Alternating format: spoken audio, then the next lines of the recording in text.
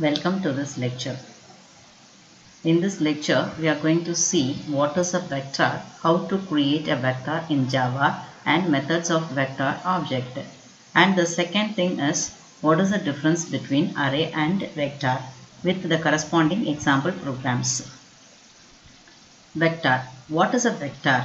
Vector is a built-in class which is contained in the java.util package. That is, the package java.util contains many classes. In that, vector is one of the important class, and this class is used to create dynamic array.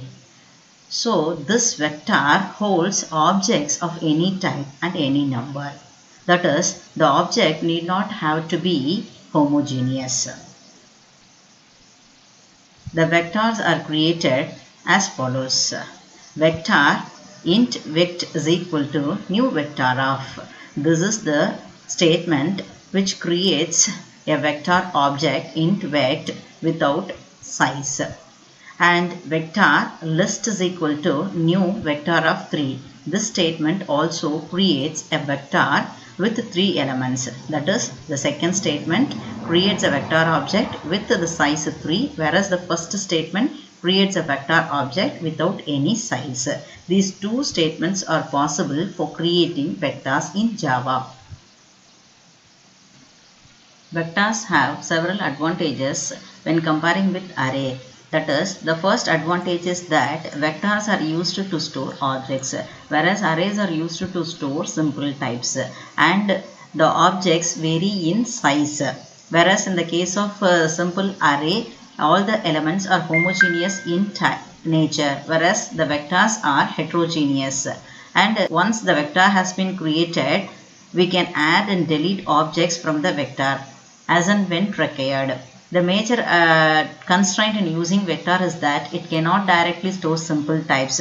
That is, the simple types are not possible to store it in the vector. So we need to convert the simple types into object.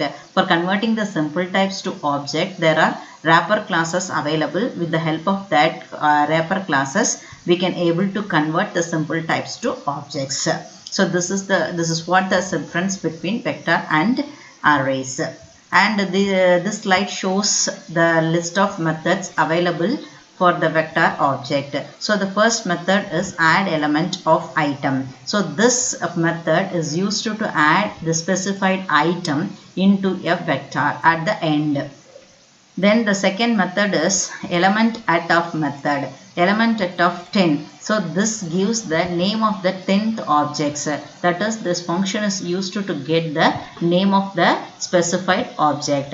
List.size. This method gives the number of objects present in the vector. Then the fourth method is remove element of item. So this function is used to remove the specified item from the list. So we have to pass this item, and the item will be removed from the list. And remove all elements of. This function removes all the elements from the list. And list.remove element at of n. This function is used to remove the element in the position n. List.copy into of array. This is one of the important function which copies all the items from the list to the array. Then the next function is insert element at of item comma n. This function inserts element at this given position. So for this we have to supply two parameters. So the first parameter is the item, and the second parameter is n. This item will be inserted in this position. Here list is nothing but a vector object. So these are all the important methods available in vector class. So the vector class is a built-in class which is available in java.util. So in order to use this vector class and its methods, we have to import the util package into the Java program. Let me give an example for vectors. So look at this example. So the first statement is very important statement.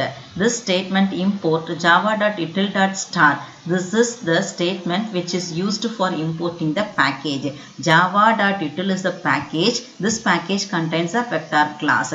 Here the star indicates that all the classes in the package will be imported. If we want to import a specific class, we have to use import java.util.vector. So this statement simply imports only the vector class. If we use a star means it imports all the classes in the package. In general, Java package contains collection of classes. So look at this example, class vector demo. So the name of the class is vector demo, and opening curly brace, this is the opening curly brace for the class definition, and this is a closing curly brace for the class definition. And inside this class I have introduced only the main method, public static void main of string array. We know that main is the first method which is being executed when Java is invoked. So look at the first statement, vector list is equal to new vector of. This statement creates a vector object. So the name of the object is list.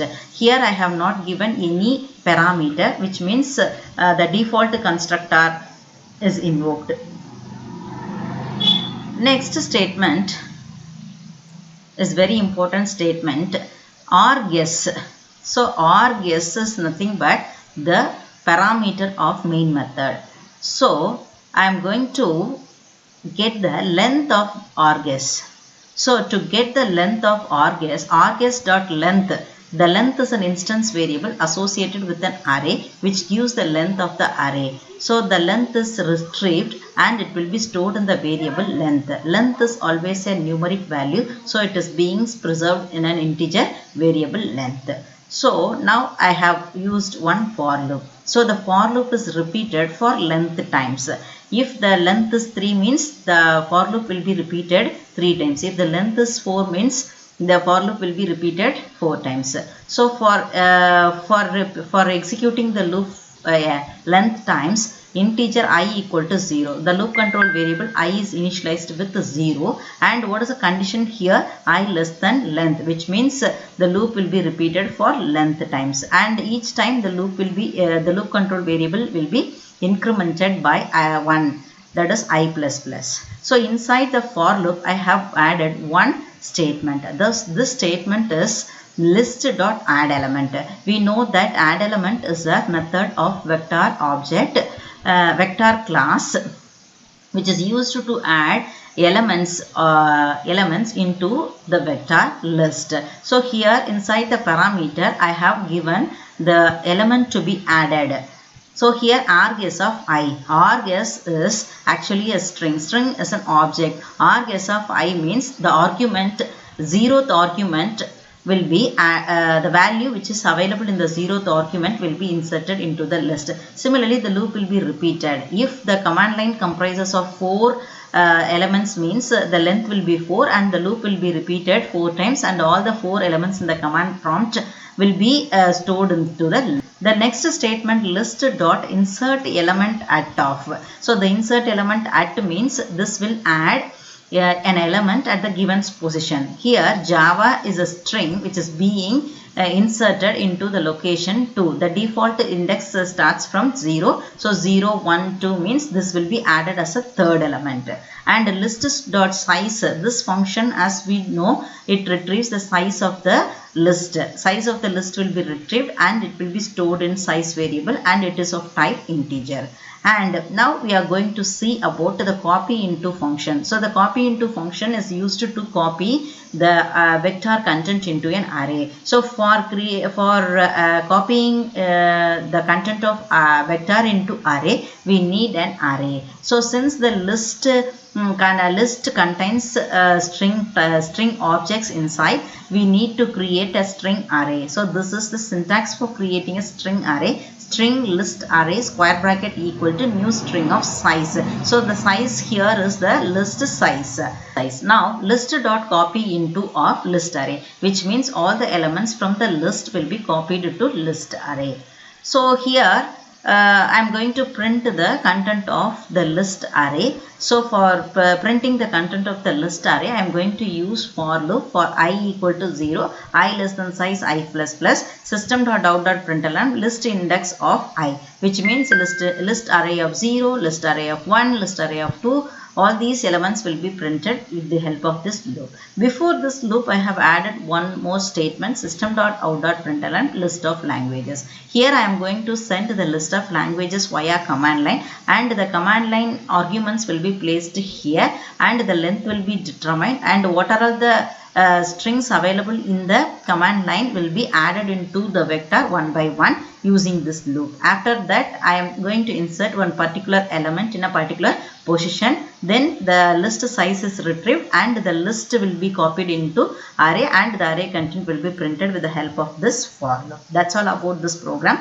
Now I am going to save this program as vector-demo.java. Since this is being typed already, it gives a message called vector-demo.java already exists. Do you want to replace? Yes.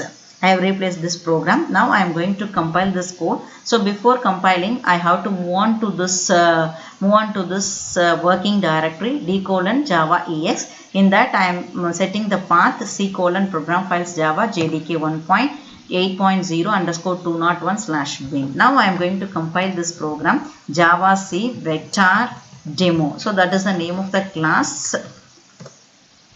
Compilation is over. Now I am going to execute this code java vector demo.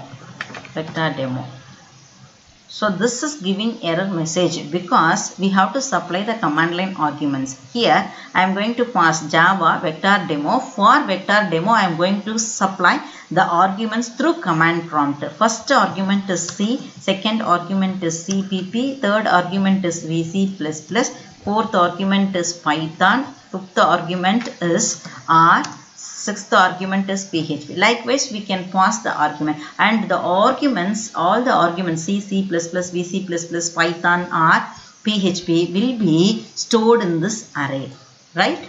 Okay, now I am going to press enter. See, look at this list of languages. It is printing C, C++, VC++, Python, R and PHP. Look at the Java. Java is the element which is inserted in the second position with the help of this function insert element at. So this is what the output of this program. So the arguments will be placed here and the vector is created and argument length is determined. So the length of the argument is 6. So 6 times the loop will be executed, and while executing, each and every element in the command line argument will be inserted into this element. That's all about the add element function. Now I have added in the second place. As I told you earlier, the index of the first element is 0. That is, the index of C here is 0. The index of CPP is 1. The index of Java is 2, which means Java is added in the second position. And again we have determined the size of the array. After inserting this one, the size of the element is 7, because in the command line I have passed 6 languages. Java is one language which is added at the second position. Now the size will be 7. So after that I have created a string array of size. Now the list is copied into list array and the list array is printed. So before that I have given the statement like this, list of languages. Since I have planned to pass the languages as arguments, I have given the statement like this, list of languages in the system.out.println of. Hope you understood this example. Let me explain one more example for vector.